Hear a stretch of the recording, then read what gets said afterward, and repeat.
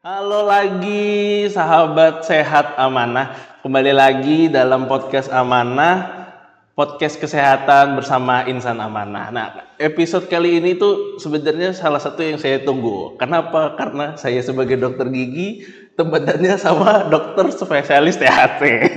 Ya, kembali lagi bersama saya dokter Gigi Adianto. Kali ini saya tidak sendiri, saya sekarang bersama dokter spesialis telinga, hidung, tenggorokan, bedah, kepala, dan leher. Silahkan dok, memperkenalkan diri dok untuk sahabat sehat amanah kita. Assalamualaikum sobat sehat amanah. Perkenalkan, nama saya Dr. Hamita, spesialis THT BKL. Saya merupakan salah satu dokter THT di Rumah Sakit Amanah. Iya, nah ini akhirnya tuh sebenarnya saya tuh semakin dekat dengan gigi dok. karena topik-topik sebelumnya tuh kok rasanya jauh dengan Jauh gigi. ya, Nah ini semakin dekat, wah sudah mulai THT. Iya. Saya nunggu momen saya nanti kapan Iya. saya ngobrol sama dokter Iya, gigi. siapa? Gitu. Nggak ada connect ya? Belum. Nah ini ada nih dok, ini ada Benar, sudah. benar. Nah, jadi tema kita hari ini tuh dok, kita mau mengenalkan kepada sahabat sehat amanah ini apa sih dok THT itu dok? Soalnya orang banyak sahabat sehat amanah ini dok yang mereka tuh cuman tahu THT itu urusan telinga aja kayak gitu. Nanti urusan sinus aja kayak gitu, hidung tersumbat aja. Padahal cakupannya tuh besar dan bahkan salah satu kolaboratornya THT ini adalah dokter gigi. Betul, Nah, betul. jadi kita nih bakal ngulik dok kayak gitu. Nah, yang sebagai pembukaan kayak gitu, ini biar teman-teman katanya sahabat sehat amanah ini tahu dok, THT ini sebenarnya cakupan spesialistiknya di mana aja sih dok? Oke, Gitu. baik. Langsung saya jawab nih ya. Gitu. Oke. Ya, kayak sahabat saat amanah, THT itu kan kepanjangan dari telinga, hidung, tenggorok. BKL-nya itu sebenarnya bedah kepala dan leher. Baik, saya akan menggarisbawahi di THT-nya dulu. Pertama, spesialistik THT itu bukan hanya telinga sebenarnya ya, tapi juga ada melayani penyakit yang di hidung dan di tenggorokan. Contohnya kalau telinga biasanya paling sering adalah kotoran telinga ya. Nah, jadi kalau kotoran telinga tuh jangan bingung-bingung, nggak usah membersihkan sendiri, cukup datang ke kita 3-6 bulan sekali. Kemudian biasanya kalau untuk keluhan telinga yang lain yang kadang sering diabaikan tuh seperti berdenging ya. Kemudian kadang-kadang pada anak yang paling sering adalah sakit di telinga ya seperti itu. Dan untuk hidung bukan hanya sinusitis, tapi kadang-kadang sahabat sehat amanah juga mungkin menderita kayak rinitis alergi atau pilek alergi yang sering disalahartikan sebagai sinusitis, betul kan? Iya Jadi bener dong. datang ke kita, dok saya sinusitis, padahal sebenarnya hanya pilek alergi atau polip bahkan. Ada benjolan misalkan. Kadang-kadang kan kita kepo ya cermin, kok ada benjolan di Iya, hidung, iya. langsunglah di berasumsi saya kena polip. Self diagnose. Iya kan, apalagi ada Mbak Google langsung polip itu apa, nah langsung datang dengan kecurigaan tumor dan lain-lain ya. Nah tumor juga kalau di bagian THT yang paling terkenal atau paling sering adalah kanker nasofaring ya. Kanker nasofaring itu adalah tumor yang posisinya di belakang dari hidung, yang merupakan kanker yang paling banyak. Dan yang terakhir kalau tenggorokan paling terkenal mungkin amandel ya. Jadi pelayanan kita lebih ada amandel, tapi bukan hanya amandel, tapi bisa kayak sariawan juga, jamur juga, kemudian bahkan ke arah tumor atau bahkan ke arah palotesisis atau kayak langit-langitnya terbelah seperti itu. Jadi sangat luas sih THT itu. Dan pemeriksaan sekarang itu bukan hanya pemeriksaan manual, apalagi di Rumah Sakit Amanah kita sudah tersedia pemeriksaan endoskopi. Endoskopi. Jadi hasilnya bisa di print, pasien juga sahabat saat amanah bisa ngelihat sendiri, oh telinganya bentuknya seperti apa, seperti itu. Soalnya ini kan saking, kalau saya tuh ngelihatnya kayak gini dok, saking kayaknya tuh kesannya saking spesifiknya tuh orang tuh cuma nyari itu telinga aja kayak gitu, hidung kayak gitu aja, padahal tuh sebenarnya kan banyak dok cakupannya kayak gitu. Nah ini menarik dok. Yang masa kita mulai dari telinga dulu dok. Ini kan telinga ini kan sebenarnya salah satu objek penting dok kayak gitu. Nggak denger dibilang tuli. Ya jadi ini kan kebiasaan orang ini dok. Kita mulai dari kebiasaan hygiene atau membersihkan telinga deh dok. Ini kan yang paling sering dilakukan itu yang memakai cotton bud kemudian ada lagi yang dia membersihkan sendiri pakai yang besi itu. Nah, kemudian yang paling baru yang saya dapat itu katanya disemprot pakai air hangat. Nah, ini sebenarnya tuh aman gak sih dok? Apalagi dilakukan sendiri kayak gitu dok. Ini kira-kira gimana dok menurut dokter? Oke. Kalau cotton bud kayaknya udah pada umum ya. Iya. Udah pada umum. Sebenarnya ketiga yang disebutkan oleh dokter tadi sebenarnya sih tidak aman dan tidak dianjurkan ya dok ya. Apalagi yang terakhir yang pakai air mungkin entah melihat terapi sebelumnya dari dokter THT sebelumnya, makanya ingin mencoba sendiri gitu ya. Oke, jadi yang pertama cotton bud itu dilarang untuk dipakai ya untuk membersihkan kotoran. Kenapa jadi dilarang? Karena cotton bud itu justru akan mendorong kotorannya ke dalam. Itu pertama. Kedua, bisa bikin infeksi karena kan dia korek-korek, enak kan korek. Tambah lama tambah bengkak terus nyeri telinga hebat. Gitu. Yang ketiga, kalau kita lagi membersihkan tiba-tiba ada yang lewat langsung bisa gendang telinganya bisa robek gitu dok, atau berdarah. Betul, kalau kita terlalu dalam bisa merusak gendang telinga. Bahaya kan ya. Apalagi sama sih seperti yang dokter sebutkan yang kedua, yang tajam itu besi itu kurang lebih sama. Jadi rata-rata pasien yang datang dengan infeksi itu penyebabnya yang dua dokter sebutin tadi. Pakai besi. Jadi kadang pakai cotton bud enggak, tapi pakai besi dok ya kan kurang lebih aja ya. Tapi jadi infeksi di dalam telinga ini apa aja dok? Apakah dia infeksi bakteri aja atau ada infeksi lain dok? Biasanya yang dokter sering temukan dok. Awalnya itu sebenarnya tuh dia lesi, jadi kayak luka. Kayak luka gitu dok. Luka. Kemudian di situ ada ibaratnya ada lubang kecil minor. Nah disitulah pot di entry atau tempat masuknya kuman dok. Situ tempat masuk akhirnya dia berkembang menjadi bengkak. Lama-lama bengkak akhirnya mengeluarkan cairan seperti itu. Nah kan cairan itu sampai bisa mengeluarkan cairan. Nah cairannya ini dia bisa sampai menyebabkan kebuntuan kah kayak gitu dok di telinga kayak gimana dok? Bisa menyebabkan telinga jadi tuli, kemudian telinga jadi berdengung karena nanah atau cairan tadi kan sifatnya kayak nanah ya, penuh gitu ya. Akhirnya kok budek ya, kok kayak kemasukan air ya dok, seperti itu. Dan itu kalau misalnya dia sodok lagi, dalam lagi kan? dalam lagi dong ya. Apalagi dikasih tetes telinga sembarangan itu juga. Jadi salah satu penyebab berdengung telinga itu dari infeksi itu dok. Salah satunya. Tapi ada nggak sih dok penyebab lain yang berdengung gitu dok? Atau cuman itu aja dok? Banyak sih dok, sebenarnya penyebab berdengung tuh banyak. Dari pertama tadi yang saya sebutkan kotoran tuh juga bisa berdengung dok. Karena kotoran didorong-dorong berdengung atau tadi nanah tadi. Even pun belum ada nanah dok, dia cuma liang telinganya menyempit. Itu udah berdengung dok sebenarnya. Nggak usah nunggu nanah.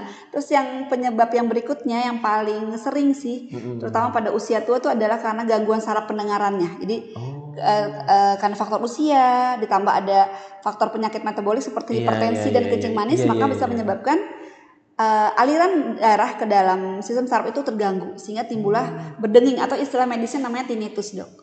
Dan yang terakhir yang paling sering nih pada anak-anak muda biasanya kan pakai headset, main game ya, pakai headset sampai ketiduran. Itu salah satunya bisa merusak saraf pendengaran dok.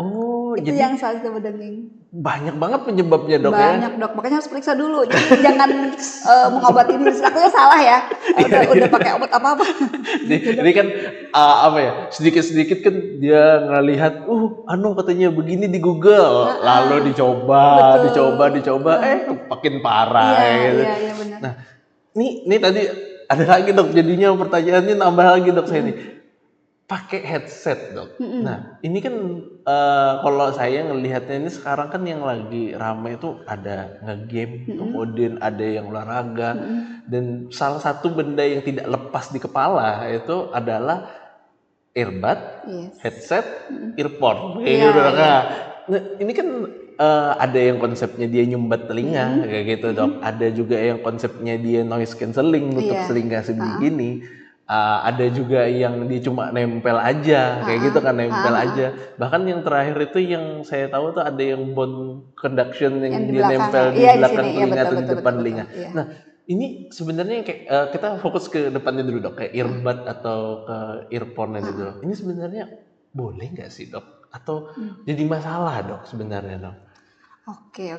Ya mengikuti perkembangan zamannya sebenarnya kalau saya nggak ngebolehin sih ya nggak juga ya. Jadi musuh masyarakat. Jadi musuh masyarakat.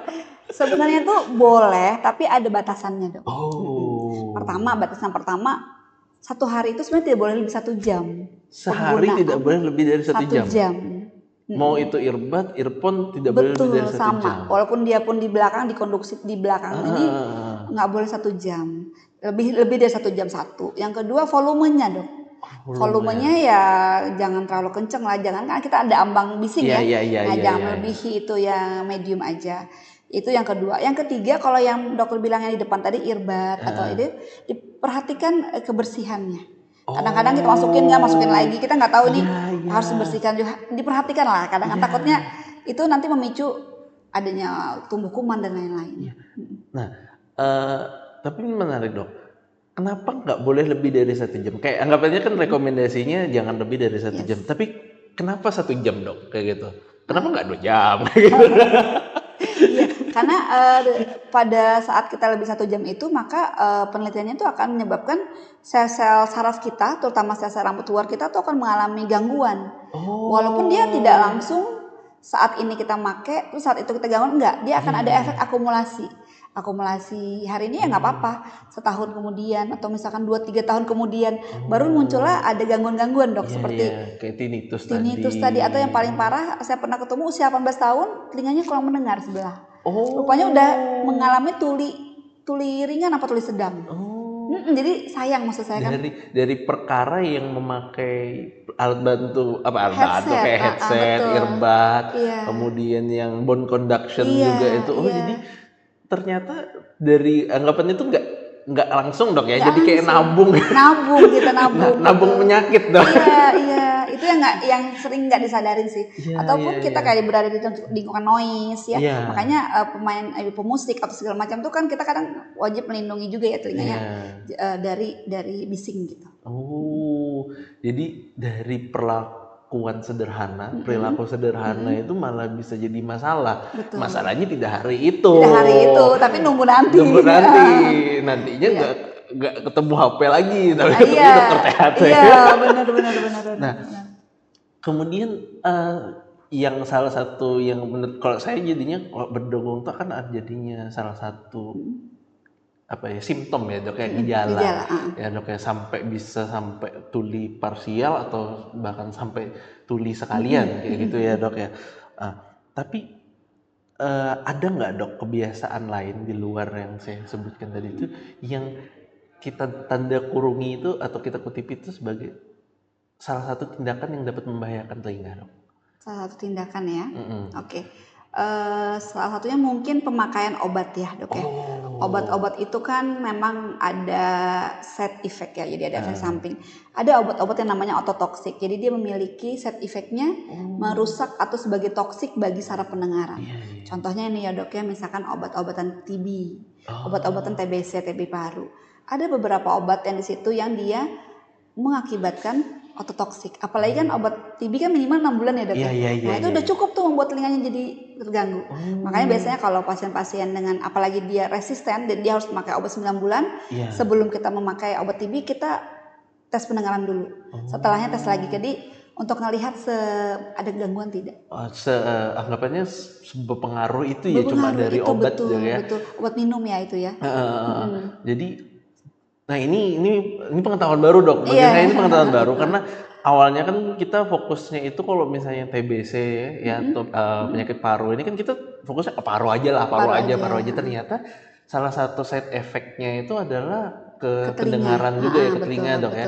Jadi ini mungkin jadi ilmu juga buat sahabat-sahabat sehat amanah dok, bahwa kita tuh kalau misalnya ada masalah tuh jangan satu aja fokus ya. Iya.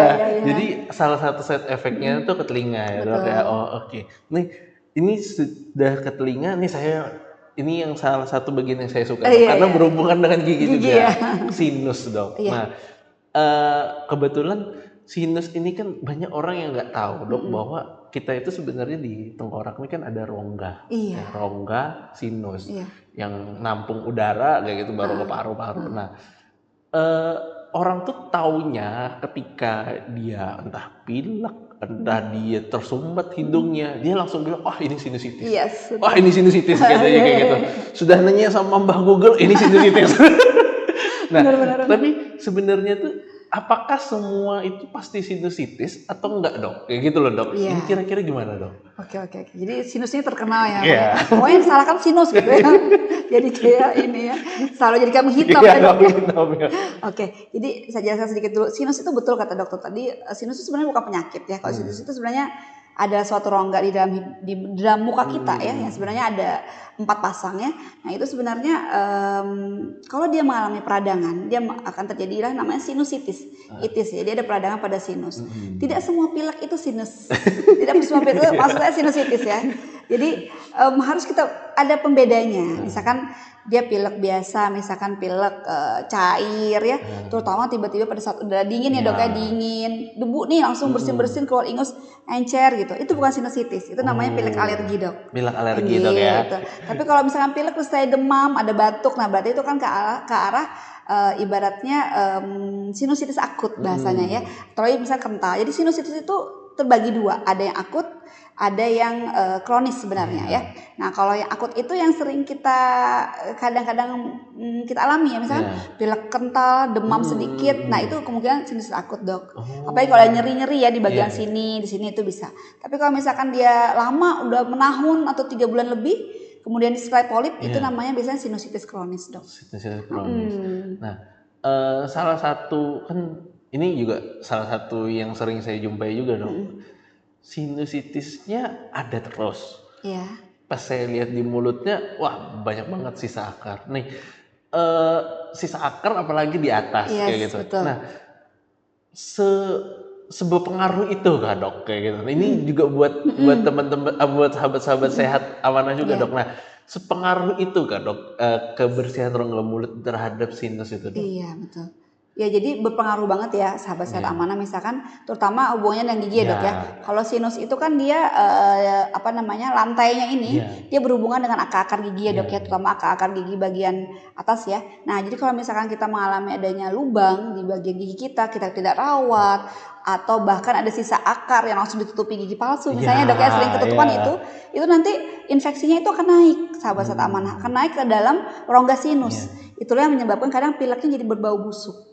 Itu hasilnya pilek berbau busuk atau buntu hidung, dan kadang-kadang itu nyeri gitu ya dok, nyeri di bagian sininya seperti itu. Kemudian ini yang saya dulu saya pernah sinus dok.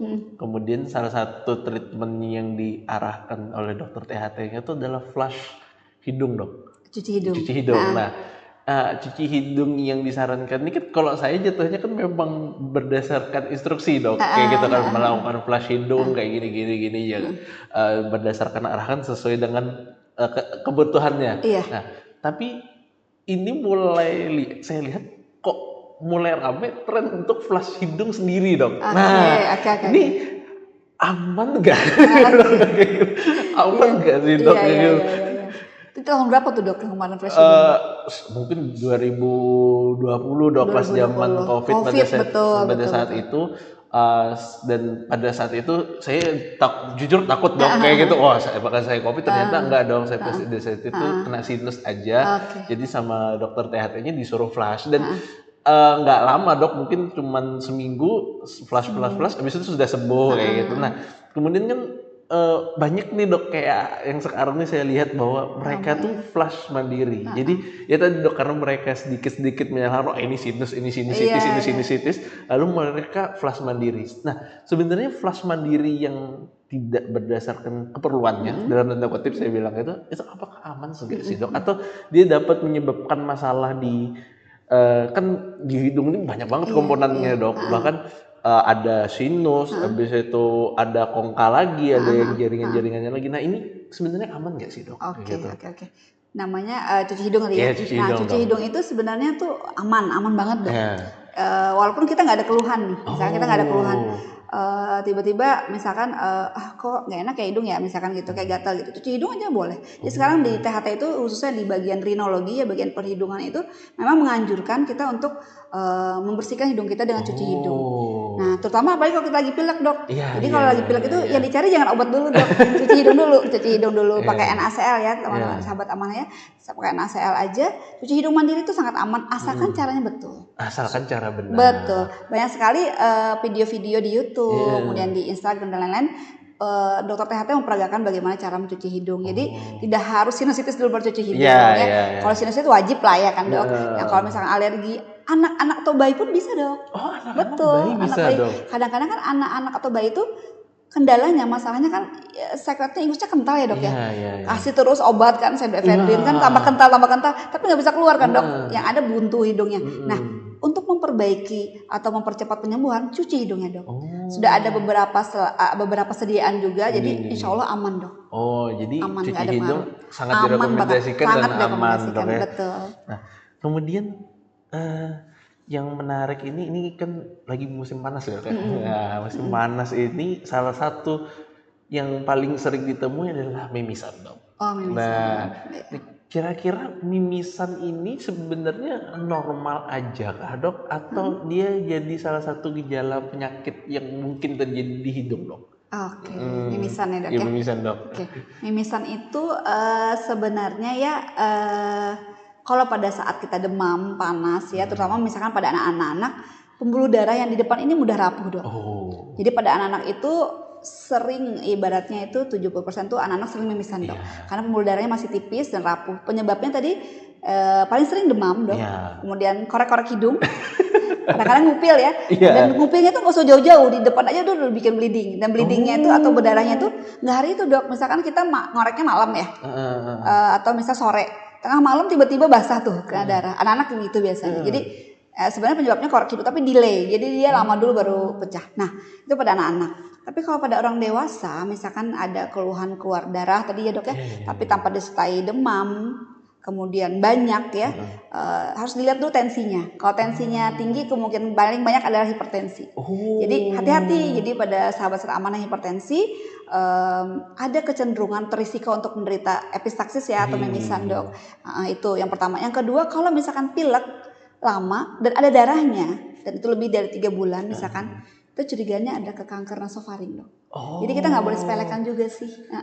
Jadi bisa jadi satu salah tanda, satu dok. tandanya tuh kanker Kanker atau nasofaring. tumor di hidung dok. Oh, nah itu. Gitu, jadi Jadi tandanya itu sebenarnya sederhana dok ya, cuma Sederhana. dari mimisan. Jadi bagi sahabat-sahabat sehat amanah yang suka mimisan, jangan-jangan, Iya, jadi jangan-jangan. Nah, tapi untuk mengetahui dia ada kanker nasofaring itu gimana dok kalau dari dokter THT dok? Kalau untuk kita kanker nasofaring yang pasti kita dilihat lagi ya, bukan hanya dari mimisan sih ya. Jadi nggak segampang itu kita mendiagnosisnya. Jadi lihat dari apakah ada keluhan yang lain, misalkan buntu hidung, kemudian apakah ada benjolan di leher ya, kemudian ada gejala-gejala komplikasi ke arah otak misalkan ya dok ya, sering sakit kepala. Dan yang paling penting untuk menegakkan diagnosis pastinya itu kita menggunakan pemeriksaan endoskopi tadi dok. Jadi kita menggunakan yang namanya endoskopi, kita lihat tuh nasofaringnya ada tumornya tidak. Itu satu. Yang kedua dengan CT scan dok. CT scan. Kemudian baru kita lakukan tindakan-tindakan yang lainnya untuk menunjang dok. Jadi tapi jangan langsung takut juga ya sahabat amanah ya.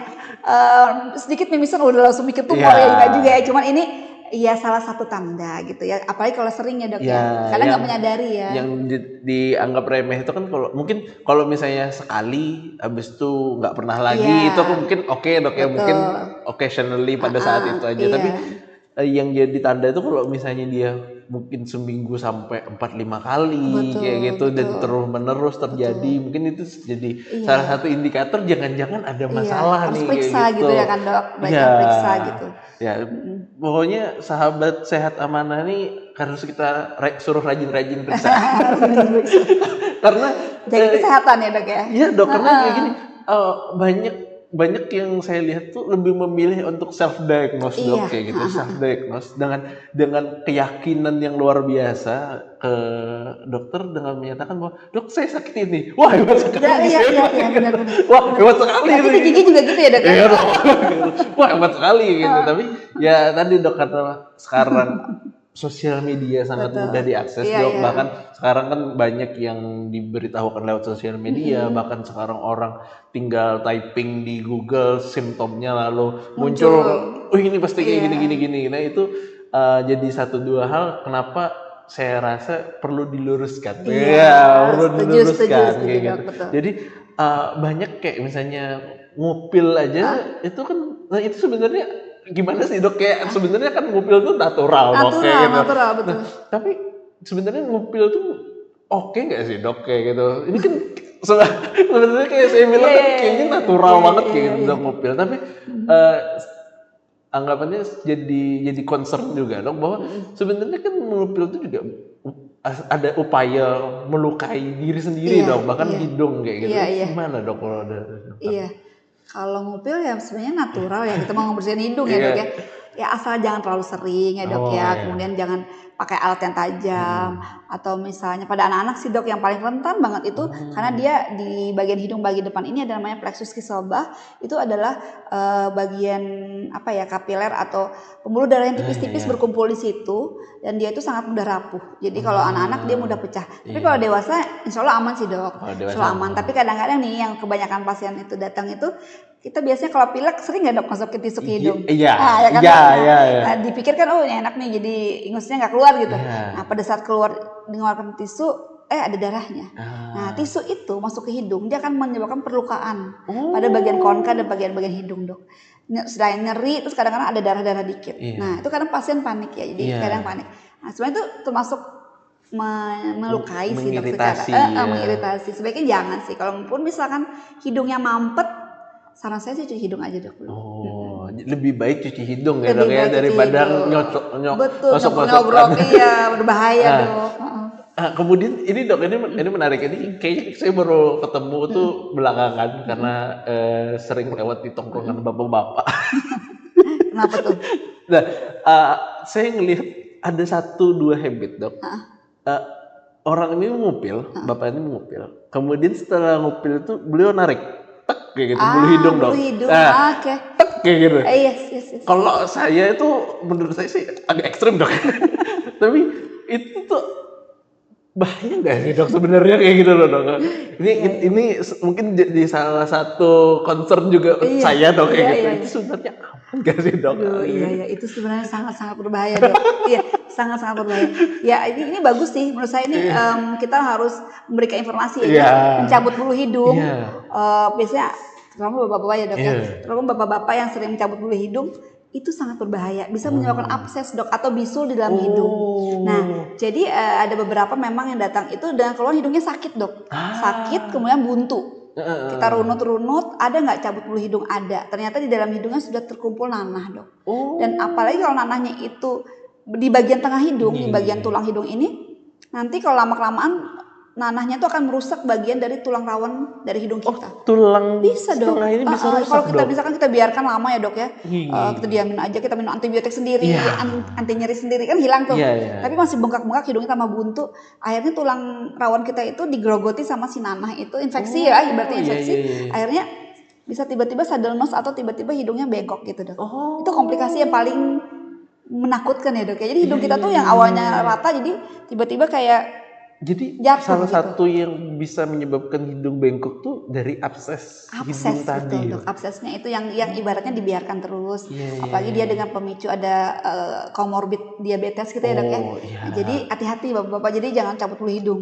Nggak bapak-bapak aja. Ya, ibu juga ya. Ibu juga mungkin kita nggak tahu.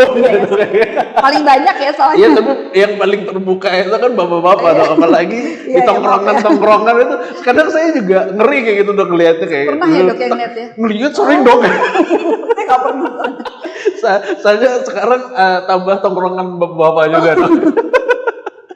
Nah,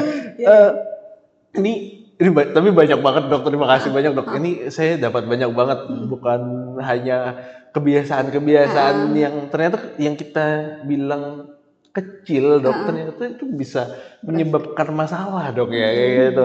Nah, kemudian ini hidung ini sebenarnya banyak lagi dok, tapi kita harus lanjut sesi Iya.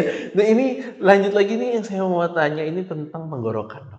Nah tenggorokan ini sejauh saya mata memandang dok, sahabat-sahabat sehat amanah nih melihat itu hanya amandel dok. Padahal tenggorokan itu panjang banget gitu. Iya, Panjang banget, tapi tenggorokan tuh pasti permasalahannya mereka bilang amandel.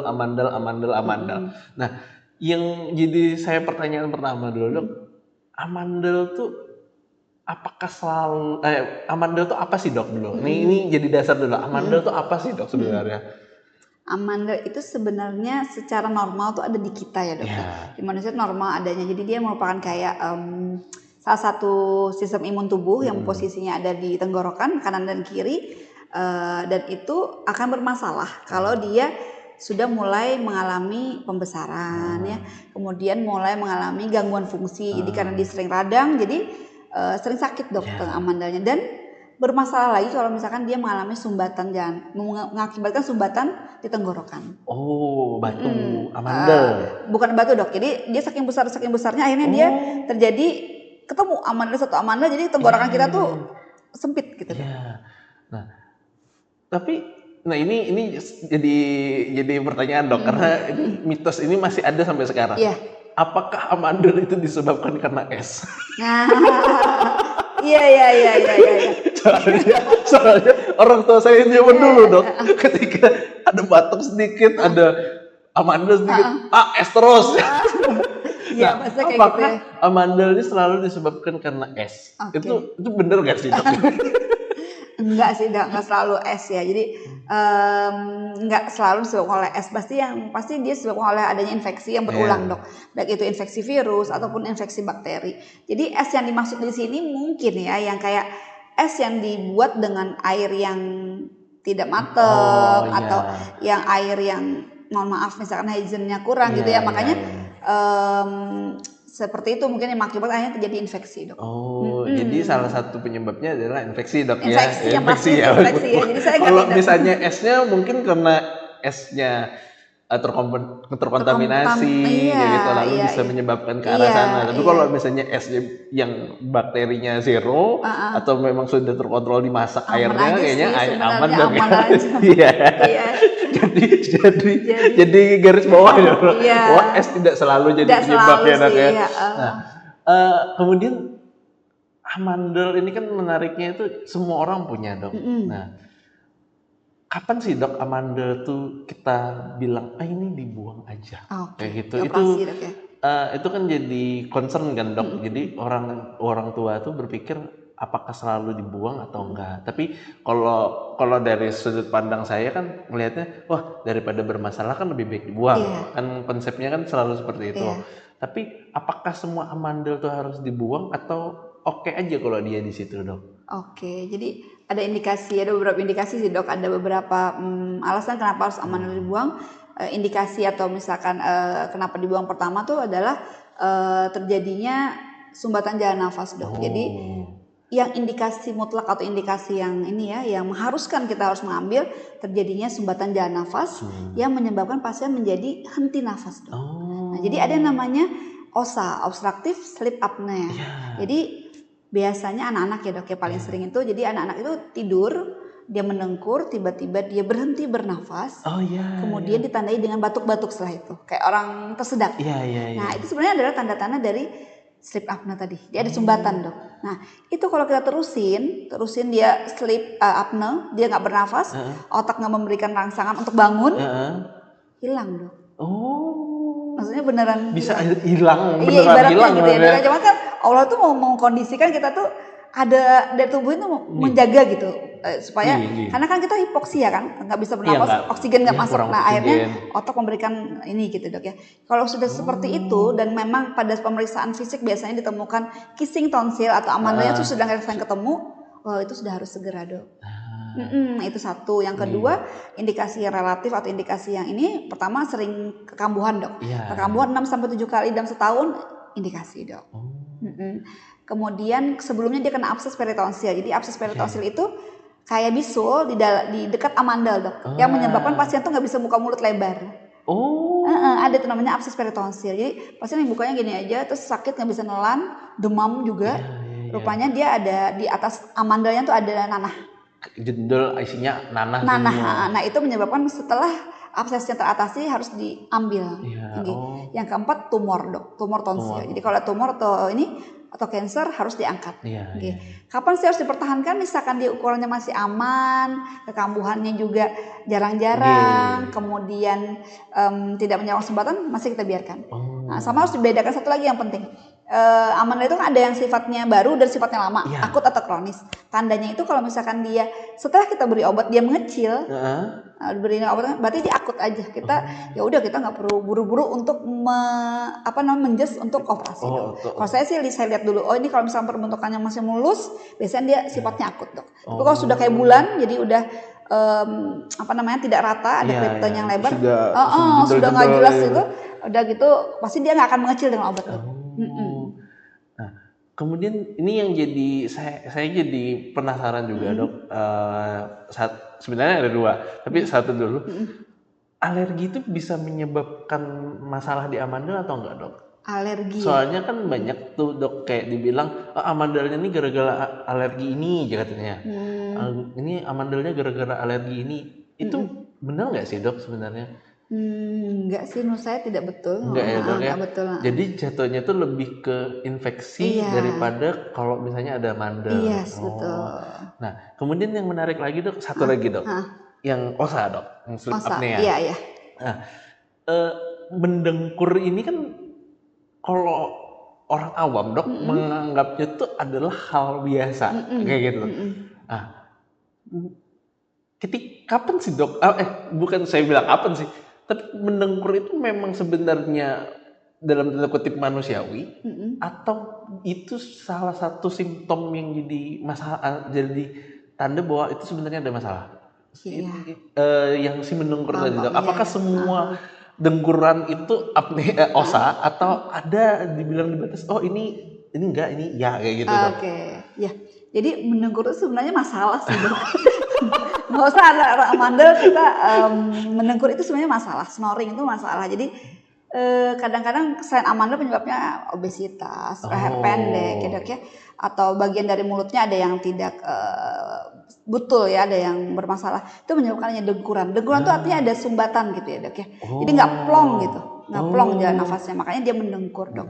Yang dikatakan sleep apnea itu akan terlihat pada saat dia tarikan nafasnya tuh kayak dalam, sampai pakai otot perut. Nah itu kemudian dia tiba-tiba sering terbangun tengah malam, tiba-tiba terbatuk-batuk, akhirnya ibaratnya sering ngantuk besoknya. Nah itu udah termasuk sleep apnea. Tapi memang sleep apnea ini kalau misalkan orang tuanya nggak memperhatikan betul, nggak ketahuan dok. Kadang kan tidurnya nggak satu sama orang tua ya, tapi kalau dia masih sama orang tuanya akan kedengeran banget dok kalau dia tuh terbatuk-batuk sering. Nah itu sudah tanda-tanda dok kalau itu adalah sleep apnea. Jadi dengkuran itu sebenarnya tidak dalam tanda kurung tidak manusiawi dok. Normal tidak sebenarnya, cuman tapi di normalin ya kan dok.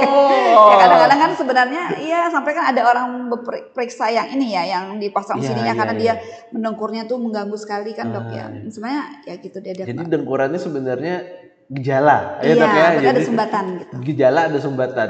Itu ini jadi juga dok. Tapi sumbatannya masih parsial ya dok ya, masih sebagian gitu. Jadi tergantung bentuk dengkurannya juga dok ya. Penyebabnya juga. Jangan-jangan kalau misalnya ringan itu mulai tanda-tanda ke arah yang berat. Kalaupun sudah sampai yang berat sekali itu sampai yang otot dadanya itu bahkan otot perutnya ikut juga. Sampai bekerja jatuhnya dok. Betul. Ini ilmu baru dok. Soalnya selama ini saya nyangkanya mendengkur tuh normal dong, manusiawi. Ternyata mendengkur tidak. Ya, itu ditandai itu sahabat-sahabat sehat amanah. Mendengkur tidak normal. Iya, buntu hidung juga bisa menyebabkan mendengkur kan dok. Kita pilek aja gitu ya, pilek aja. Pasti beda deh suara nafas kita tuh. Pasti kan dok ya. Iya. Kadang kalau kita perhatikan betul-betul anak kita aja di rumah, kok yang biasanya nggak mendengkur ini mendengkur ya. Lihat aja amandalnya membesar nggak, lihat ada ingus nggak di tenggorok, di hidungnya, atau ada pembesaran nggak bisa dong. Nah itu jadi pertama satu yang saya garis bawah itu adalah tidak self diagnose. Iya betul. Yang kedua tidak ada yang manusiawi ya. Ngupil aja bisa nggak manusiawi.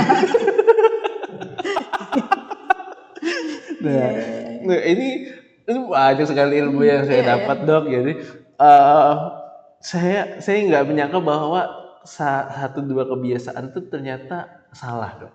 Nah, jadi sekarang ini pertanyaannya tidak dari saya lagi dok, tapi kita lanjut ke sesi Q&A dok. Siap. Jadi pertanyaannya itu dari sahabat-sahabat sehat amanah dok. Nah, kita ada pertanyaan sudah masuk? Ada 4. Oke. Boleh dulu deh satu. Dok, apakah penggunaan AC dapat mempengaruhi kesehatan hidung dan tenggorokan? Oke. Gimana dok? Jawab dulu ya, Menggunakan Bat ya. AC? Oke. Oke. Penggunaan AC itu kalau berlebihan artinya suhunya 18 gitu ya. Oh. Udah gitu langsung ke kita gitu Iya. ya, berhadapan dengan kita ya berpengaruh yang kurang bagus ya terhadap hidung dan tenggorokan. Hidung jadi kering satu ya, hidung jadi kering. Kemudian kalau pada anak-anak mudah mimisan ya. Oke, kemudian tenggorokan sih selama dia mingkem aja kayaknya nggak ada masalah ya dok ya. Jadi lebih ke hidung sih karena itu untuk yang inhalan ya. Jadi menyebabkan hidung kita menjadi kering dan kalau orang alerginya akan terus kambuh. Jadi dikasih obat apapun dia akan tetap alerginya akan kambuh terus. Izin ngelanjut sedikit Iya, dok. Tadi tuh kalau misalnya dia bernafasnya lewat hidung ya, bukan anggap normal lagi, memang normalnya segitu. Betul. Tapi kalau misalnya dia bernapas lewat mulut dok, atau mouth breather itu gimana dok? Mouth breather itu biasanya Ada problem nggak dok di tenggorokan? ada problem di hidungnya dok.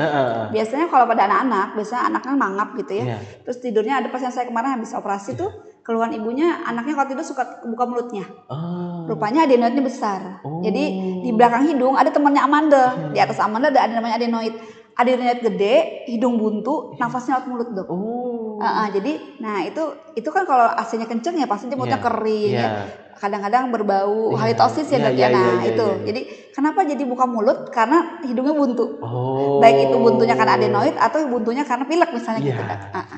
Jadi bernapas lewat mulut tuh ternyata jadi gejala juga ya dok? Iya, harus dilihat ya anak-anaknya kalau misalkan mulutnya kebuka itu namanya adenoid fest. Dilihat. Oke, kita lanjut lagi. Hai Dokter Mita, Dok mau tanya tentang sinusitis. Saya pernah operasi 2023 lalu. Apakah ada kemungkinan bisa kambuh lagi dok? Dan apa boleh masih sering cuci hidung? Terima kasih dok. Oke. Silakan dok. Ya, halo sahabat amanah. Ya, jadi kalau setelah kita operasi sinusitis, angka kemungkinan untuk kambuh tuh ada sih. Tapi selama kita menjaga dalam artinya merawat dengan cuci hidung seperti yang dilakukan tadi, rutin cuci hidung, menghindari penyebab-penyebabnya, misalkan dingin, kemudian menghindari debu dan lain-lain yang pencetusnya, maka insya Allah akan terkontrol dengan baik. Jadi dibilang sinusitis itu akan sembuh total itu sulit ya, tapi dia akan terkontrol. Misalkan saya juga pernah operasi sinusitis ya dulu ya.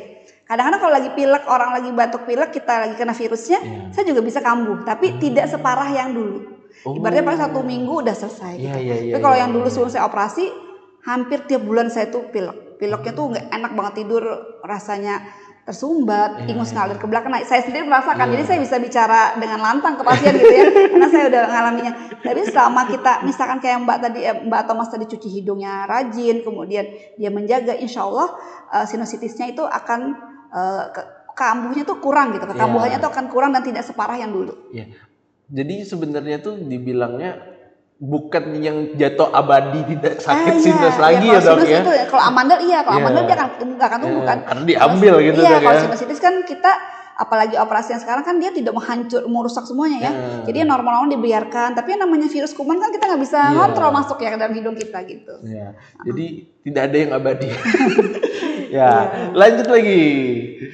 Dok, apakah benar radang amandel itu bisa kambuh dan kapan harus dilakukan operasi dok? Radang amandel bisa kambuh ya? Oke. Radang amandel bisa kambuh, betul. Radang amandel itu bisa kambuh seiring misalkan daya tahan tubuh kita turun, kemudian ada faktor virus atau bakteri yang makanan kita mungkin ngawur ya, akhirnya menyebabkan itu kambuh. Kapan harus operasi? Biasanya operasi itu kalau pembesaran amandelnya itu tidak bisa diobati dengan obat. Jadi dengan obat itu dia tidak mengecil, bahasanya seperti itu. Jadi artinya si amandel itu ototnya gede. Ototnya gede, dengan obat dia nggak akan mengecil. Dan ukurannya itu sampai membuat tenggorokan kita jadi sempit gitu ya. Yang kedua tadi ada sumbatan jalan nafas ya. Jadi sumbatan jalan nafas itu tidurnya ngorok, kemudian tiba-tiba sering terbangun, terbatuk-batuk kayak orang tersedak bahasanya ya. Dia bilang mungkin tersedak aja ya. Padahal kalau terlalu sering kita harus perhatikan, betul nggak tersedak ya. Terus yang berikutnya kekambuhannya sering. Misalkan radang amandelnya dalam setahun itu mungkin 7 kali gitu ya. Dan penyebabnya amandelnya sering radang, sebaiknya diangkat amandelnya. Seperti itu. Sip, satu lagi. Bukannya tambahan satu lagi. Boleh gas. Antusias. Ini artinya banyak dok yang tercerahkan dok. Ini pertanyaan soal headset dok, dan dan aku juga pengen ada satu nambah dok. Mm-mm. Dok mau tanya terkait penggunaan headset maksimalnya berapa lama ya dok? Dan aku dari yang pribadi dok, wireless dan kabel bagus yang mana sih? Oh. Izin dok. Oke. Tadi kalau lamanya tadi batasnya itu 1 jam sih, 1 jam, sehari ya tapi ya, bukan 1 kali pemakaian. Satu kali satu pemakaian 24 jam 1 jam. istirahat sejam pakai lagi sejam. Itu ya itu lebih 1 jam ya kan. Jadi penyakit. 1 jam dalam 1 hari, maksimalnya 1 jam 1 hari pun misalkan kita ini 15 menit dulu ya udah kita lepas dulu gitu ya 1 jam, pokoknya maksimal 1 jam sehari. Kemudian tadi bagus wireless atau itu sebenarnya sih kurang lebih sama aja Mas ya, walaupun kita kadang wireless ataupun yang lain tetap sama aja sih karena pengaruhnya itu kan dari sumber bising yang masuk ya, dan itu tergantung dari volumenya kita. Kalau volumenya kita sering kenceng ya, tambah kenceng berarti ada sesuatu tuh kan, kita nggak ini tambah kenceng dia tambah kuat untuk merusak sel-sel saraf kita. Ya tadi saya bilang nggak langsung, tapi nanti akhirnya sel sarafnya capek akhirnya dia udah ya nggak goyang-goyang lagi, berarti ya nggak bekerja lagi, akhirnya timbullah kurang mendengar, berdenging. Itu tuh yang ya sekarang ini kita harus ini kan gitu, harus kita keluarkan supaya ya anak-anak muda sekarang ini sehat gitu ya, karena nanti kedepannya tuh sayang gitu kan. Apalagi suka lagu jedak-jeduk kan. jedak-jeduk remix gitu kan sambil olahraga rasanya kurang sip gitu Iya benar.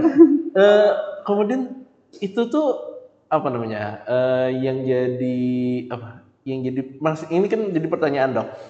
Kalau saya ya dok ya, kan tadi dokter bilang kebisingannya atau volumenya itu medium. Sebenarnya ada nggak sih dok rekomendasi berapa desibelnya itu dok? Kalau misalnya secara saintifik ya dok ya, kita agak ngaras sedikit ke saintifik. Ada nggak sih dok yang ketika kita menggunakan earphone, earbud itu ada berapa desibelnya itu, ada nggak sih dok? Kalau suara kita normal mungkin 20 sampai 25 desibel lah. Nah, seperti itu. Jangan terlalu desibel ya, tapi bukan volume yang kita nggak tahu di counterkan ke volume kita jadi berapa ya. Cuma kalau suara normal kita 20-25 desibel ya.